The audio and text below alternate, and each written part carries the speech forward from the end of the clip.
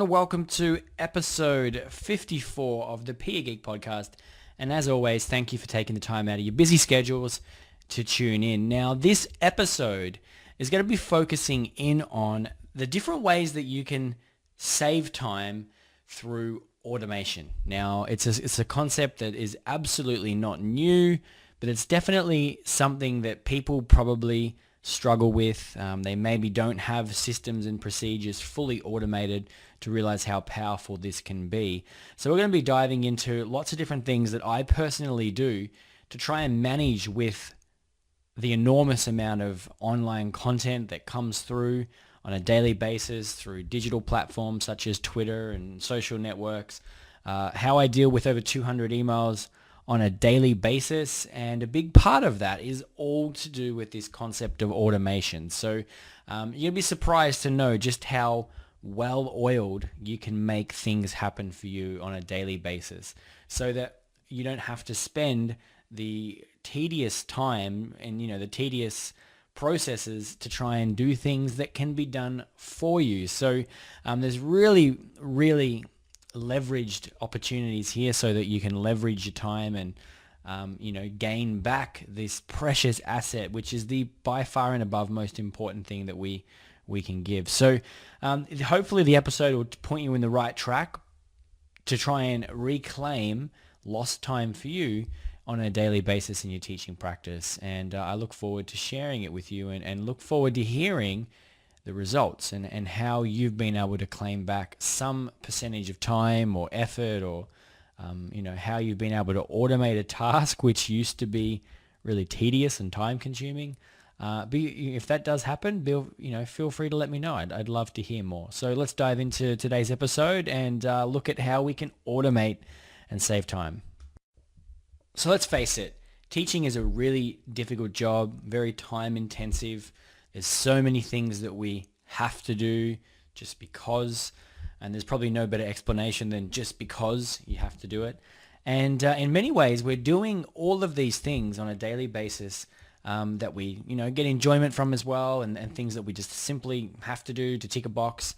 But many of these things could be automated, and many of these things could be done in a way that could bring back some sort of return for you. Now, I'm of the absolute mindset that there is nothing more important than your time, and I seriously mean that. So that's why I really appreciate that you would take 20 minutes out to listen to an episode.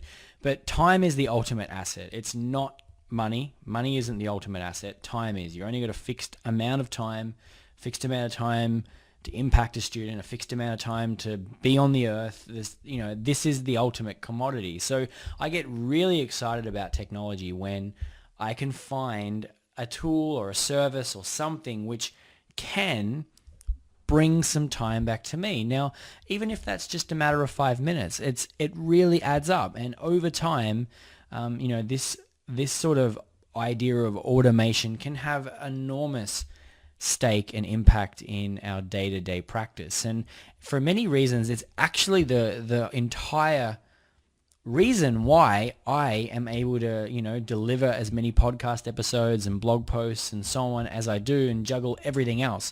It's because of the amount of time and effort that I've spent into getting these systems to go, up and running in the first place. And because of that, things happen in the background for me automatically.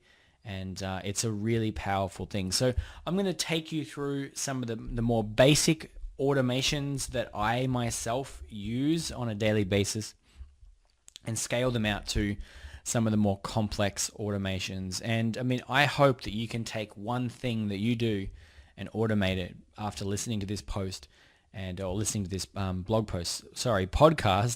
And you can take it and gain back something, because ultimately, as I said, time's the ultimate asset. Now, my first ever experiment with automation was through RSS feeds. Now, RSS feeds are not new. These are old, and they were sort of invented in the early Web 2.0 days. And essentially, the RSS stands for really simple syndication, and it was developed as a technology which would be attached to pretty much every website that you visit now. And quite simply, It basically is a broadcast mechanism so that whenever someone updates the website or, updates a podcast, the RSS feed gets updated too with the new content, and that can be broadcast to any sort of service that's listening. So essentially with an RSS feed and a subscribing tool such as Feedly, so Feedly, Feedly, you go there and create an account, you can subscribe to RSS feeds. And sure, it takes a little bit of time to go to each blog and subscribe and, do all that and set up the subscriptions that you want. But the net result is that you then don't have to spend time going to each of the main sites that you tend to visit on a daily basis. The sites come to you. So if you can think about, let's say you've got 10 websites that you tend to visit on a regular opportunity, and you physically have to go and find and click on those websites and decide whether something new has actually turned up on that site. That's time intensive. That takes time to go between all the places that you would normally visit, compare it to whether there was, something new that's been added or not, and then read it. So what I'm saying is if you use a service such as Feedly and subscribe to the RSS feed of the websites, you'll get notified when new content has been created and you'll be looking at it from one spot. So you've taken 10 websites, condensed them into one, and all of a sudden you can engage in that content much more easily. And that's another example of automation sort of saving the time that it might take for you to engage in content that you read on a web. Now, another tool which is of the similar idea to RSS feeds in that it's all about consuming content is the app Flipboard. Now, if you just head to the iPhone store, Android, Google Play Store and search for Flipboard, you'll find that it is a social news magazine. Now, the cool part about it is that you can customize and create your own Flipboard, and that Flipboard is connected to the social content and the social channels that you're part of. And the good thing is that the actual content that ends up in your Flipboard can be made up of the content that's being shared through social channels. So the best part is, let's say, you use Twitter and, there's lots of content shared. Rather than going to Twitter and trying to read through everything because it's just ridiculous and overwhelming, you can connect a service like this and know that it's going to source lots of the best content from your social network. So you'll get to see the best things. They'll appear in your magazine, and you'll miss some of the things that probably weren't necessarily seeing. Now, I'm not saying don't go to Twitter, but if times of the the minimum and you want to get sort of the best, then connect it to Flipboard, and you can leverage some of the time that the algorithm gives back to you by going and piecing together a magazine which is going to have things in it that you're interested in. So I highly recommend those first two, RSS feeds and Flipboard, for automating the consumption of content that you're doing. However, what about tackling emails? I mean, obviously, we get these on a constant basis, and I mean, so many people struggle with the concept of email. For many, many years, I did too.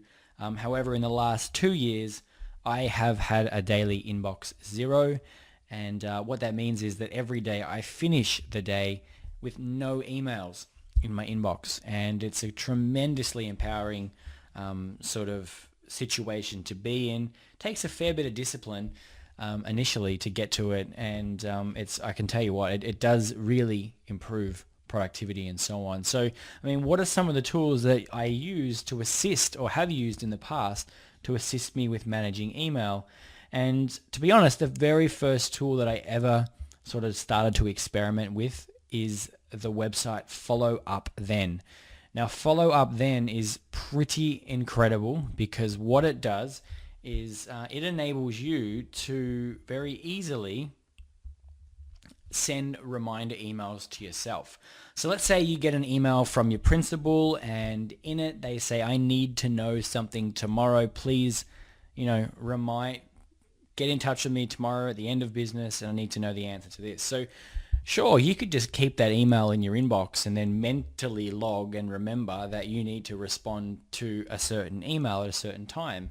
Or you could use Follow Up Then And then all you would do is in the email that you received, you would simply forward it or reply to the email, and in the CC or the BC columns, you would use the followupthen.com email address. Now, the email address is completely customizable. So if you want to remember something tomorrow, then you forward the email that you just got to tomorrow@followupthen.com. And what happens is the follow-up then system gets the email, recognizes where it came from, obviously as you the sender, notifies that you need to be knowing and reminded of this tomorrow, and then it'll remind you exactly tomorrow that you need to do whatever it is that you forwarded to them. But that's just an example. I mean, you could say every third Wednesday at follow up then. You could say every day at follow up then. Next Wednesday, you could say 2 hours, 2 weeks, completely up to you. And the follow up then website will remind you of those things at whatever the format you put before at on the email is. So you can say all sorts of things, and basically then you're free to not have to think about those. You can archive the emails, and it's going to send it back to you when the time is ready. So I highly recommend going and checking that out. It works for any email system. You just have to forward it with the appropriate email address that you want to action it with.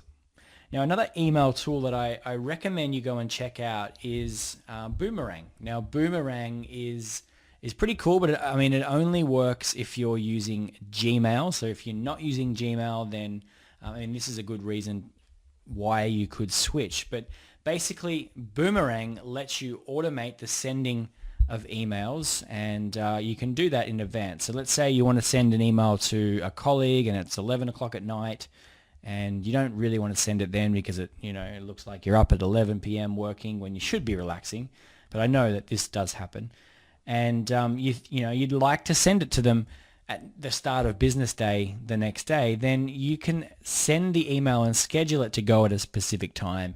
And rather than having to remember to come onto your computer and send that email, you can send it then and there. And it will sit in your inbox or wherever in your drafts, and then it will send it at the appropriate time. Now you can also use Boomerang to create reminders for you as well, in the same way as the previous website that we've spoken about. But another feature that I like about Boomerang is this whole notion of sending up a follow-up email to someone if you haven't heard back from them. So you can imagine, you've probably done this before, you've sent an email to a colleague or a teacher or someone, and you need to know something by a certain time.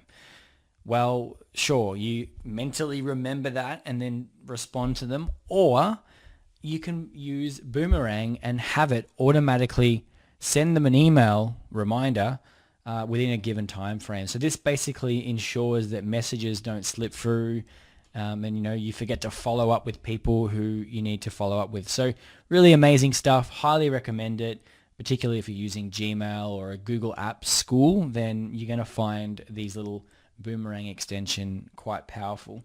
Now, on the same notion, I know that so many teachers get a lot of email. It's bombarding so many different newsletters and subscriptions and services and so on. So if that's the case, then you really should check out the website Unroll.me. So Unroll.me, what it basically lets you do is connect your email inbox.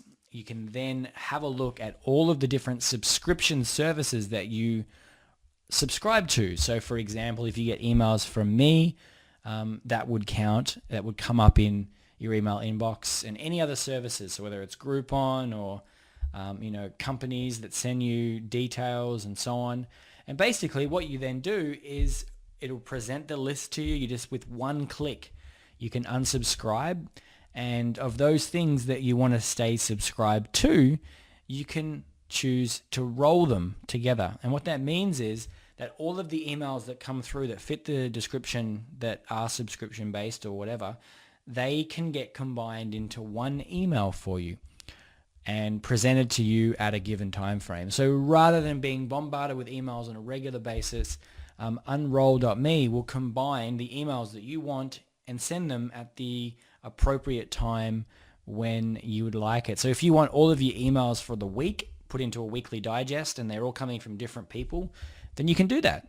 And there would be a great example of automation working for you so that you can keep in touch but not have to be bombarded by all of the things that tend to happen. So that's Unroll.me. Now I saved what I think is the best little email hack for last, and that is Active Inbox.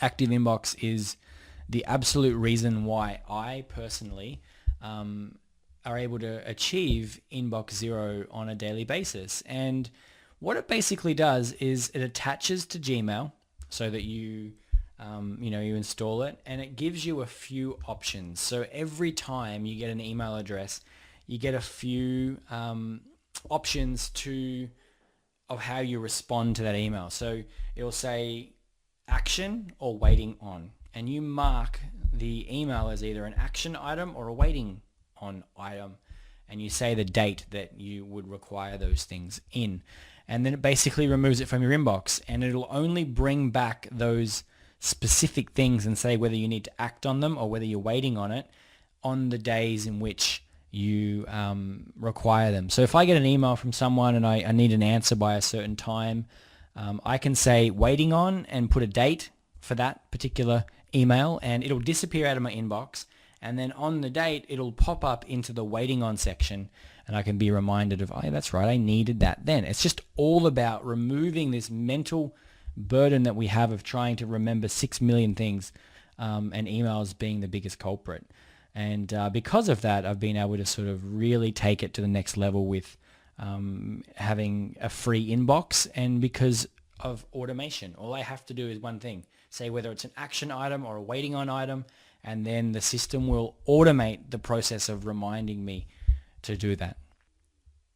Now that we've tackled what I think is probably the biggest time wasting thing that we do, email, it's sort of time to look at some of the more advanced options that you can have for automation. And I think the best way to introduce this is with the application Workflows. Now, Workflows is available to download on the iPhone or the iPad. And if you have a look in the episode show notes, so thepeergeek.com/54, you'll be able to find the link to download this particular episode. Now, I think this is a tremendous idea, and it does really sort of demonstrate how powerful automation is, and it's a pretty incredible app. And I'm going to give you a couple examples of what it does. So basically, when you open the app for the first time, it guides you through the creation of your first workflow.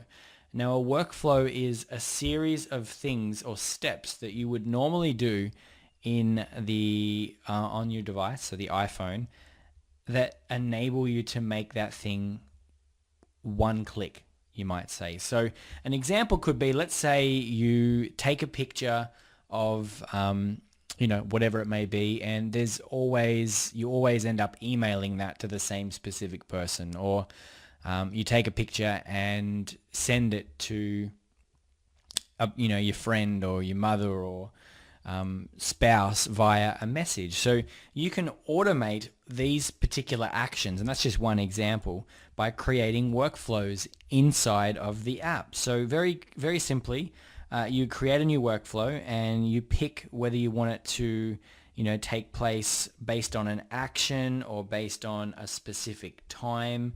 That's what triggers the automation or the workflow to start. But then you can say in sort of like a recipe format, so this happens and this happens and then this happens and then this happens, you can say what it would do. So for example, you can make it so that if you take or tap the button, it'll let you take a picture, and that picture will then end up in a pre-filled out email ready for you to hit send on, or it could just automatically send it for you. So there's lots of options here for automating things that you might do on a regular basis that become cumbersome and have lots of steps in them. You can take those steps, piece them together into one thing, and you're done with it. So another example of this is, let's say let's say you're doing burst photography in phys ed, and you're taking, holding the picture down in iPhone, the picture camera taking option, and you're taking 100 pictures, then you can hit the burst to GIF workflow, and it'll take the images and turn them into an animated GIF and then share that with you wherever you've set up to do it. So it's pretty incredible. And if you go into the gallery of the app, you'll find a whole host of pre-filled automations and workflows that you can do automatically. For example, one of them is speed dial, so that you can type in a specific person's name, and with one click, when you tap on that speed dial workflow, it'll ring them. Now, if you think about how many steps it normally takes for that to take place, you've just cut a few of them down. A couple of other ones. So, upload the last photo that you took to Dropbox or Google Drive, and that'll happen automatically for you, so that whenever you take a photo, it's automatically being sent to your computer automagically. You can log runs. So, if you get that workflow after you've gone for a run, click the workflow button to start it, and it's going to ask you a series of questions, and over time you create a little bit of a log that shows you and goes to the health section of your iPhone. It's really quite phenomenal, to be honest. You can create reminders for everything based on locations, so that if you're about to arrive home, then you can have the workflow set up so that it triggers and sends a specific person an email. So, what I recommend that you do is you head along to the App Store and download the Workflows app. Have a look at the different automations and workflows that you can create, and you'll be amazed, because honestly, it takes lots of the little things that we do every day and makes it a little bit quicker. So it becomes the one place that you go to sort of achieve all sorts of different things, from sharing files between people, from tracking calendar events.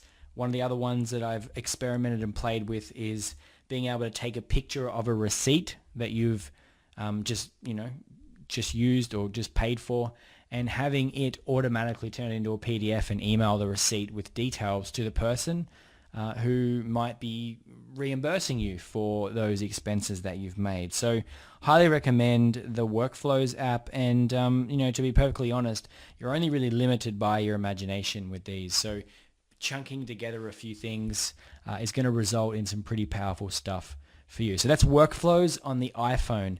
Now, if you wanted to take this to the next level, then you should look no further than the website IFTTT.com. Now, what that means is if this, then that.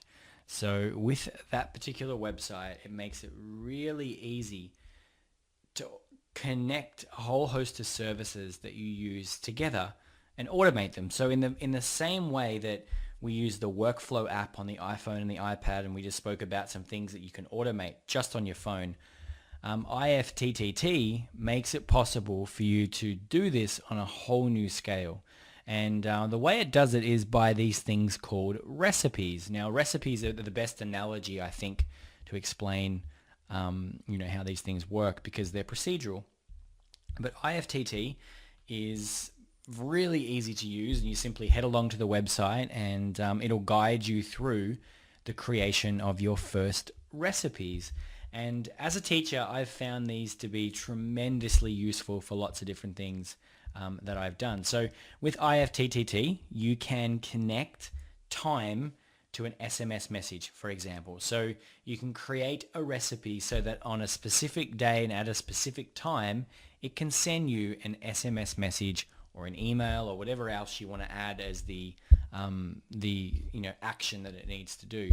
But for me, I used to use IFTTT on a daily basis, and I still do, to remind me of things that I just couldn't forget. So every single week I would have to do yard duty, or walk around the school and during lunchtime break and assist in the schoolyard and so on. And that was at a specific time, and you just can't forget, because otherwise it's obvious that you're not out there doing your duty. So I would create an IFTTT automation so that every time at Wednesday at 1 o'clock, I'd get an SMS reminder, and it said, off you go, time to do yard duty. And it would give me 5 minutes, and off I would go. I would never forget because this IFTT recipe reminded me. I used the exact same recipe for remembering to put out the bins once a week, for remembering other important anniversaries and things that I just cannot forget. And for me, SMS is the most logical thing to do, but it doesn't have to be.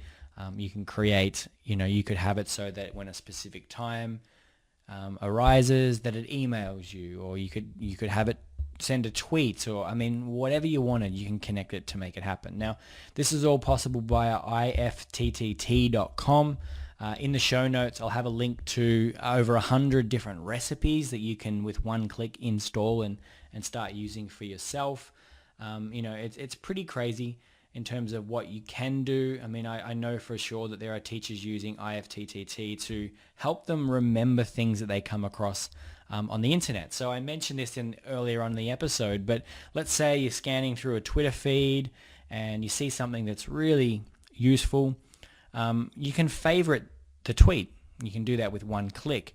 But with IFTTT, you could set it up so that every time you favorite a tweet, it saves that tweet into a Google document, for example, or to a Google spreadsheet, so that whenever you want to remember specific things that you'd favorited, you can go to one of these platforms and very easily find them. So it's just a matter of helping you remember things. Then IFTT is really going to crush it for you in terms of recipes that you can do.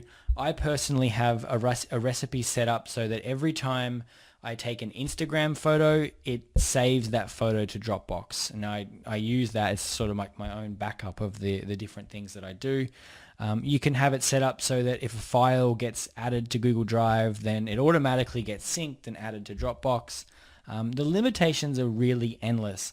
And, in terms of options for how you connect things that you do on a regular basis, just go and get a piece of paper out and start jotting down things that you do on a regular that revolve around the computer, and see if you can think of a way in IFTTT to create a recipe to automate that. So let's say that every single week at a specific time you have to email a specific person with some sort of variable information. Then let's look at how IFTT could automate that process for you and basically become more efficient and effective in the process.